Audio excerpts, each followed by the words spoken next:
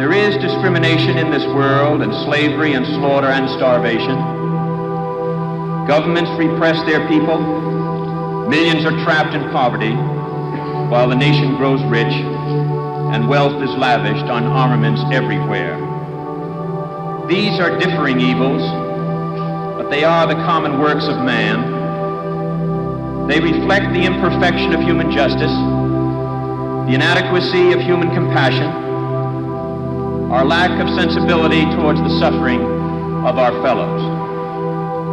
But we can perhaps remember, even if only for a time, that those who live with us are our brothers, that they share with us the same short moment of life, that they seek as we do nothing but the chance to live out their lives in purpose and happiness, winning what satisfaction and fulfillment they can.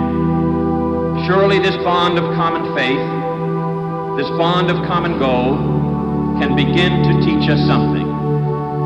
Surely we can learn, at least, to look at those around us as fellow men.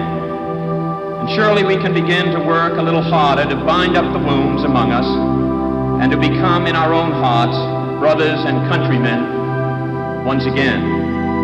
The answer is to rely on youth, not a time of life but a state of mind, a temper of the will, a quality of imagination, a predominance of courage over timidity, of the appetite for adventure over the love of ease. The cruelties and obstacles of this swiftly changing planet will not yield to the obsolete dogmas and outworn slogans.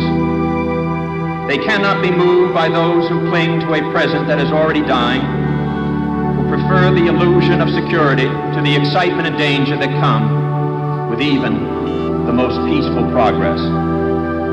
It is a revolutionary world we live in, and this generation at home and around the world has had thrust upon it a greater burden of responsibility than any generation that has ever lived.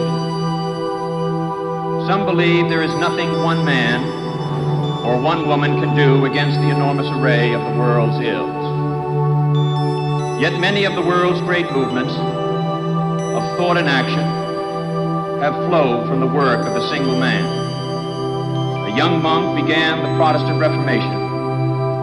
A young general extended an empire from Macedonia to the borders of the earth. A young woman reclaimed the territory of France, and it was a young Italian explorer who discovered the New World, and the 32-year-old Thomas Jefferson who proclaimed that all men are created equal.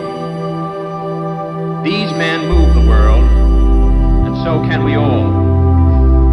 Few will have the greatness to bend history itself, but each of us can work to change a small portion of events.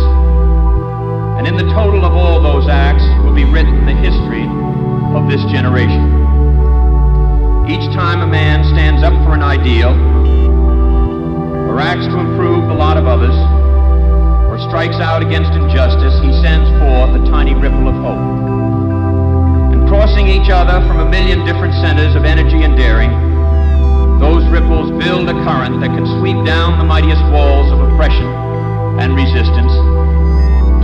Few are willing to brave the disapproval of their fellows, the censure of their colleagues, the wrath of their society. Moral courage is a rarer commodity than bravery in battle or great intelligence. Yet it is the one essential, vital quality for those who seek to change a world that yields most painfully to change. And I believe that in this generation, those with the courage to enter the moral conflict will find themselves with companions in every corner of the globe. For the fortunate among us, there is the temptation to follow the easy and familiar paths of personal ambition and financial success, so grandly spread before those who enjoy the privilege of education. But that is not the road history has marked out for us.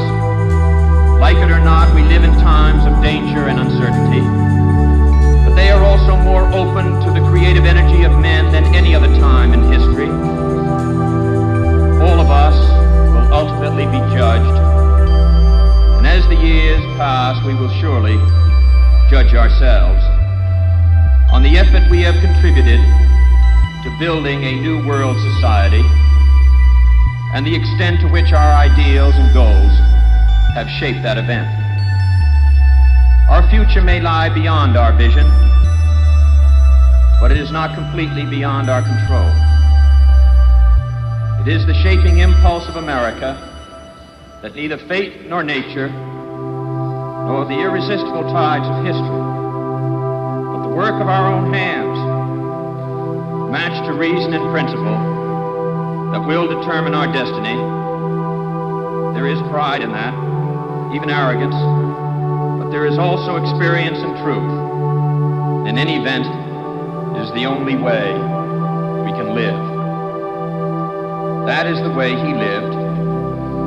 That is what he leaves us. My brother need not be idealized or enlarged in death beyond what he was in life. To be remembered simply as a good and decent man